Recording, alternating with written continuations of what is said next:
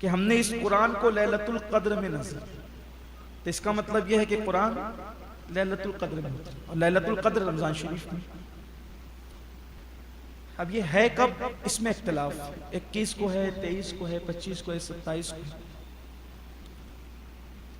शाह अब्दुल अजीज मुहद्दिस देहलवी लिखते हैं, शाह अब्दुल अजीज बहुत बड़े बुजुर्ग, वो फरमाते हैं कि रमज़ान शरीफ में 27 तारीख को ही रहती है शब कद्र, और उस पर वो ये दलील देते हैं, फरमाते हैं कि कुरान में सूरह कद्र में खुद ही इशारा है कि 27 को शब कद्र रहती है। वो फरमाते हैं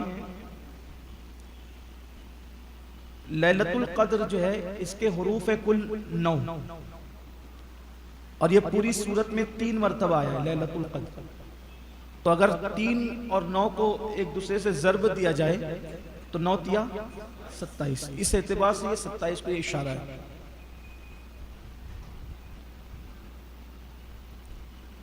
अलबत्ता इसको ढूंढना चाहिए। अल्लाह पाक इरशाद फरमाता है, वो सूरह मुबारक सुन लें कि बेशक हमने इसे शब कद्र में, इस कुरान को शब कद्र में उतारा, और तुमने क्या जाना शब कद्र क्या है। शब कद्र 1000 महीनों से बेहतर है, और इसमें फरिश्ते और जिब्रील उतरते हैं अपने रब के हुक्म से हर काम के लिए, और वो सलामती है सुबह चमकने तक। शब कद्र मिलने की वजह जो बताई जाती है वो बड़ी मशहूर हदीस है, अक्सर आप उलमा से सुनते रहते हैं, लेकिन उसको मुख्तसर आप सुन लें ताकि एतिकाफ में जो बच्चे पहली मरतबा, नौजवान पहली मरतबा हैं, उनकी मालूमात में इजाफा हो जाए, जिन्हें याद है उनको ताज़ा हो जाए। अल्लाह के रसूल अलैहि सलाम को बनी इसराइल के वाक़यात बयान करना बहुत पसंद है। कुरान में भी सबसे ज़्यादा वाक़यात और क़सस जिस कौम के आए हैं वो कौम बनी इसराइल। बहुत दिलचस्प वाक़यात है, इबरत भी है, दिलचस्पी भी है। तो अल्लाह के रसूल अलैहि सलाम ने अपने असहाब को बनी इसराइल के एक बुजुर्ग हज़रत शमून का वाक़या बयान फरमाया। ये शमून वो थे जिन्होंने 1000 महीने तक यानी 84 साल तक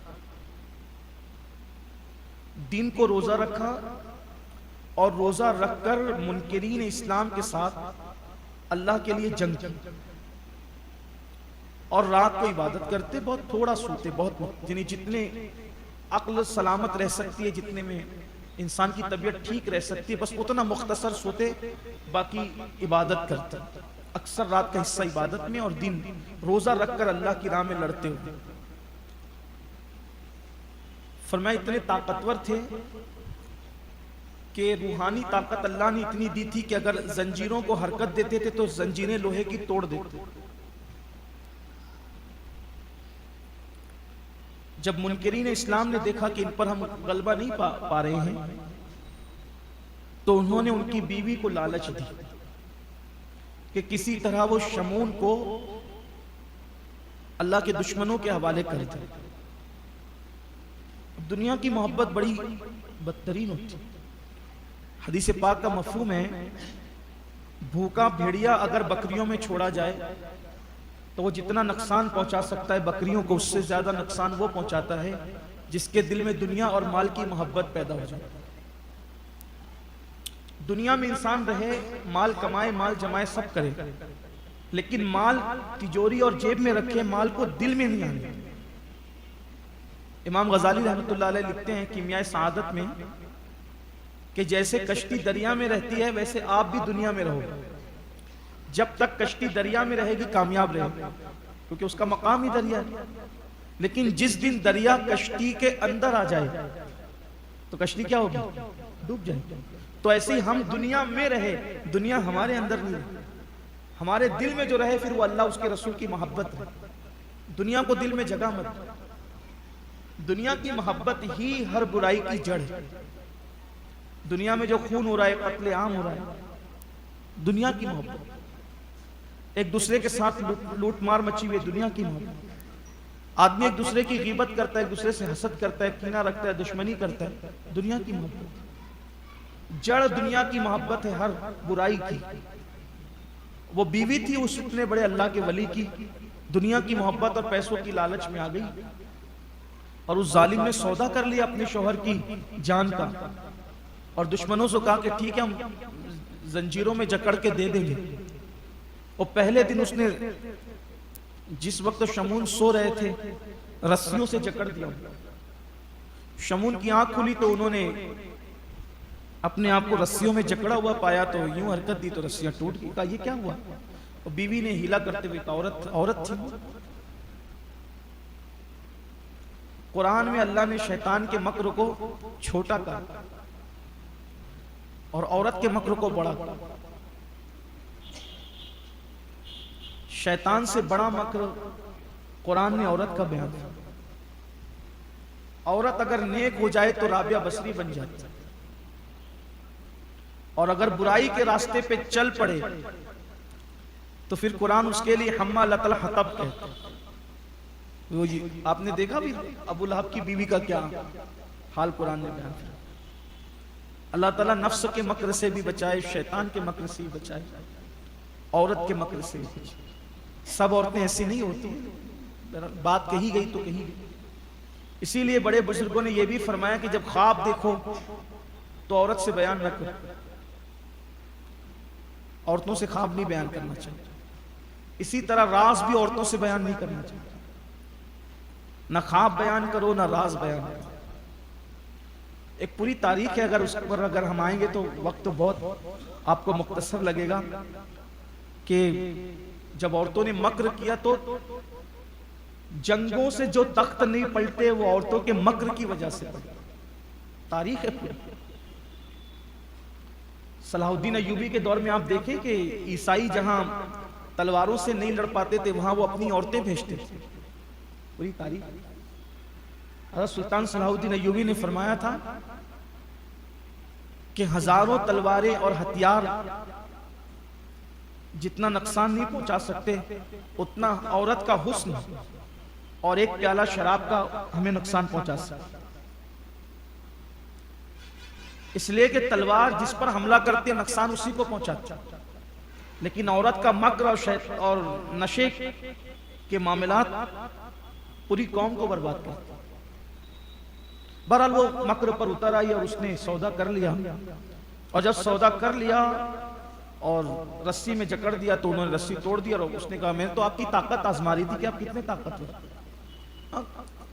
उन्होंने नजरअंदाज कर। बेहतरीन मर्द वो है जो औरत की गलतियों को नजरअंदाज कर। दूसरी मर्तबा फिर उसने लोहे के जंजीरों में जकड़ दिया हज़रत शमून को। सुबह उठे फिर देखा कि जंजीरों में जकड़े, फिर हरकत दी, जंजीरें तोड़ दी। कहा ये क्या किया आपने? तो कहा कि हम तो आपकी ताकत आजमा रहे थे, तो जबान से निकल गया। अल्लाह वाले बड़े भोले भी होते। जबान कहा मुझे किसी से भी जकड़ दो मैं तो यूं ही तोड़ दूंगा, मगर मेरे बाल, चूंकि उस उम्मत में बाल बहुत बड़े रखने की इजाजत थी। उम्मत मोहम्मदिया में तो कान के नीचे इतना रख सकते कि कंधों को छुए, कंधे से नीचे औरतों से जब मुशाबियत होने लगे तो इतने बाल रखना नाजायज। अल्लाह के रसूल ने लानत फरमाई। उस मर्द पे लानत है जो औरतों से मुशाबियत करे, और उस औरत पर लानत है जो मर्दों से मुशाबियत। आजकल नौजवान लड़के बाल रख रहे हैं, रखें वो अच्छी बात है, लेकिन कंधों तक ही रख सकते। जो लोग जुल्फे रखते हैं, हज़रत ख्वाजा निजामुद्दीन औलिया ने बड़ी उसकी फजीलत बयान की। उनको जन्नत की बशारत दी हुजूर अलैहिस्सलाम की मायत में, और अल्लाह के रसूल की सुन्नत। निजामुद्दीन औलिया फरमाते थे मैं जिम्मेदारी लेता हूं इस रिवायत की कि हुजूर अकरम सल्लल्लाहु अलैहि वसल्लम की जुल्फें थी, बाल रखी अच्छी चीज, लेकिन इतने नीचे ना जाएं कि औरतों से मुशाबियत हो, ये नाजायज। लेकिन उस दौर में उम्मत मोहम्मदिया से पहले चूंकि मसाइल हर दौर में अलग अलग थे,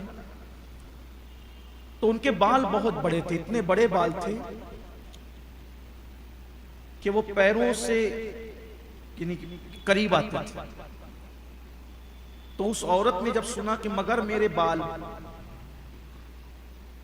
तो उसने बालों से बांध दिया। बाल उनके थे इतने बड़े, बांध दिए। तो जब बालों से उनको बांध दिया तो सुबह को अब वो कोशिश तो उन्होंने की, लेकिन उनकी ताकत काम ना कर सकी क्योंकि अब वो मजबूर थे।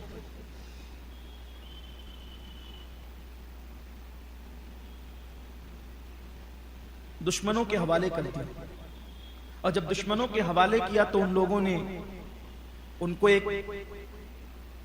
दरख्त के तने से बांध दिया और बांधकर उनकी नाक काट ली और होंठ काट लिए, उनके कान काटे। उन्होंने अल्लाह से दुआ की कि अल्लाह मुझे इनसे निजात दे और मुझे इतनी ताकत दे कि मैं इनसे आज़ाद हो जाऊं। अल्लाह ने उनको ताकत दी, वो आज़ाद हो गए। और उन्होंने दुआ की तो वो छत जो थी उन अल्लाह के दुश्मनों पे गिर गई, वो सब हलाक हो गए और अल्लाह ने शमून को निजात अता फरमाई। ये वाकया सुना सहाबा किराम ने, रश्क आया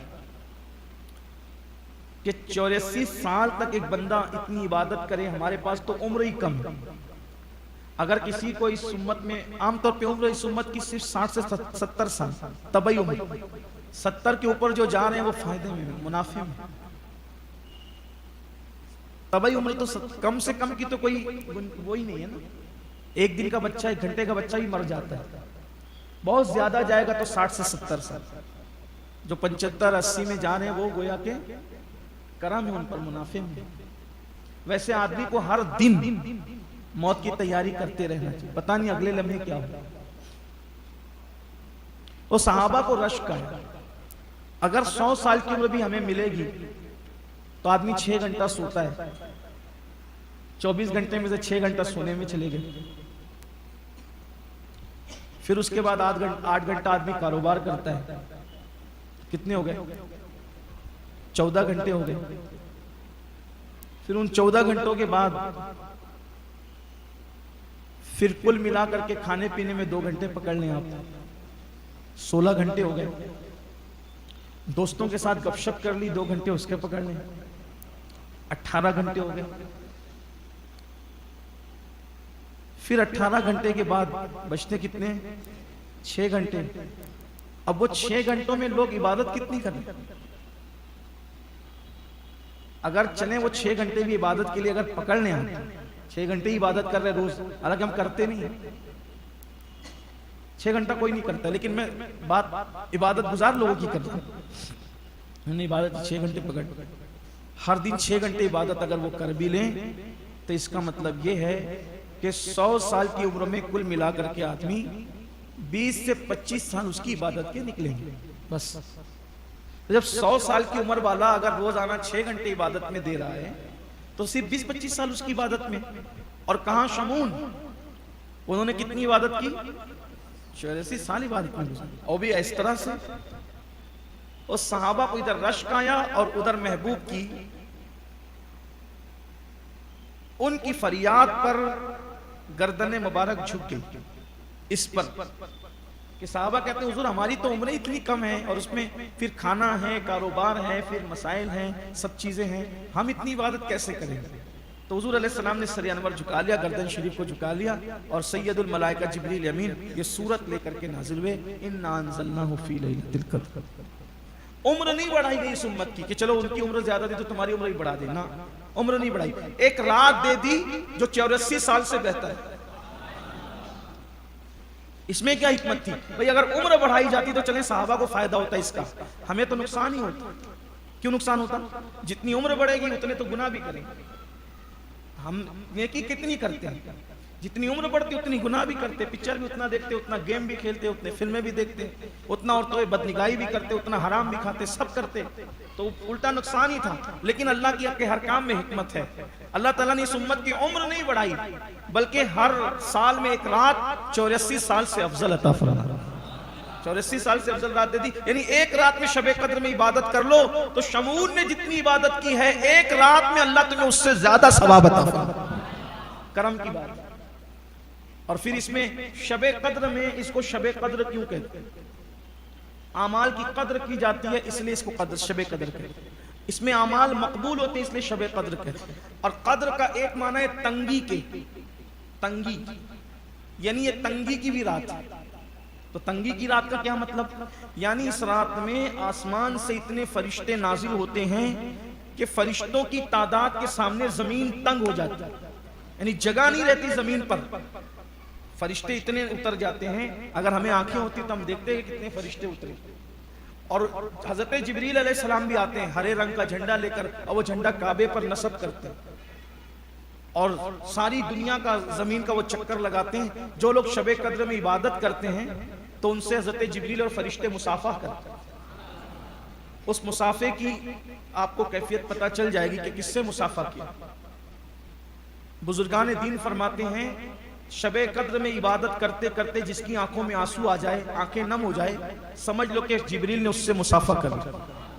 उसके बदन के रोंगटे खड़े होने लगते हैं, उसकी आंखों में आंसू आने लगते हैं इबादत के दरमियान, उसका दिल मचलने लगता है, समझ लो जिब्रील और फरिश्ते तुमसे मुसाफा कर। और आज की रात यानी शबे कद्र में जो मोमिन दुआ करते हैं, फरिश्ते जिब्रील अमीन और सारे फरिश्ते उसकी दुआ पर आमीन कहते हैं। फजर तक ये सिलसिला चलता रहता है। इसलिए शबे कद्र में वक्त ज़ाय नहीं करना चाहिए बल्कि इबादत करना चाहिए। जिस तरीके से शबे कद्र जो है, जिस तरह से शबे कद्र रात अफजल है, वैसे इसका दिन भी 27वीं का दिन भी बड़ा अफजल है। बहुत सारे अमाल है शबे कद्र के। एक अमल जो है वो सैयदना मखदूम अशरफ जहांगीर सिमनानी रदी अल्लाह ताला अन्हु का है, जो आपने लताइफ अशरफी में बयान फरमाया है, वो आपकी खिदमत में पेश किए देता हूं ताकि आप करें। आज हर मुसलमान ये चाहता है कि अल्लाह ताला उसको बेहिसाब जन्नत अता फरमाए, यानी कयामत के दिन उसका हिसाब किताब ना हो। सैयदना मखदूम अशरफ जहांगीर सिमनानी रदी अल्लाह ताला अन्हु फरमाते हैं अपने मलफूजात में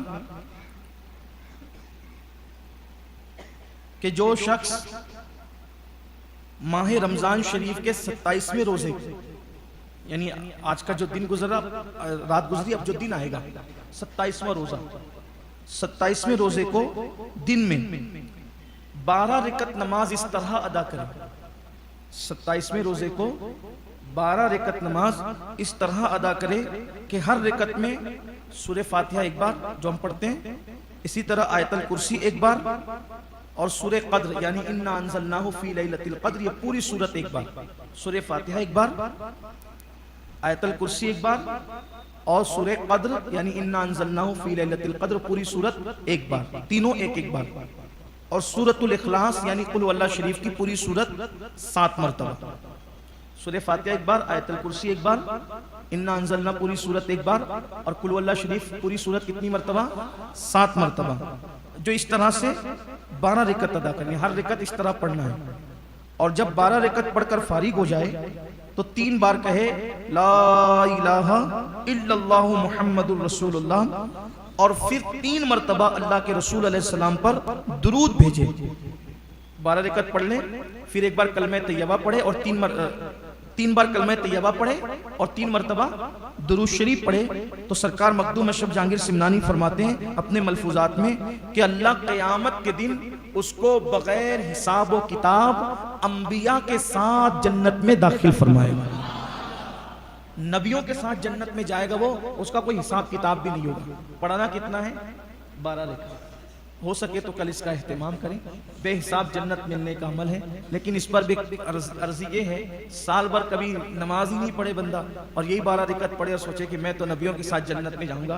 तो मेरे अजीज मेरे भाई के नफिल की अहमियत उसी वक्त है जब आप फ़र्ज के साथ उसको अदा करें। तो अल्लाह ताला हमें फ़र्ज की भी तौफीक अता फरमाए, नफल की भी तौफीक अता फरमाए। आज की रात दुरूद शरीफ का एहतमाम करें, दुआओं का एहतमाम करें और तिलावत का एहतमाम करें। बड़ी अहम रात है, बड़ी अहम रात है। अक्सर बुजुर्गों के नज़दीक शबे कद्र 27वीं रमज़ान शरीफ है। अल्लाह ताला वैसे भी शेख अबुल हसन शाज़ली रहमतुल्लाह अलैह सिलसिले शाज़लिया के बहुत बड़े बुजुर्ग हैं। फरमाते हैं जिस साल रमज़ान शरीफ का पहला रोज़ा मंगल या जुमा को होता है, उस साल शबे कद्र 27 तारीख को होती है, ऐसा वो कहते हैं। फरमाते हैं जिस साल मंगल या जुमा को पहला रोजा होगा उस साल 27 तारीख को शबे कदर होती है। तो इस साल हमारे यहाँ पहला रोजा जुमा को था, तो उनके फरमान से भी इसकी तायीद हमें मिलती है। अल्लाह ताला हमें इन बुजुर्गों के फयूज़ व बरक़ात से माला माल फरमाए, शबे कद्र की बरकत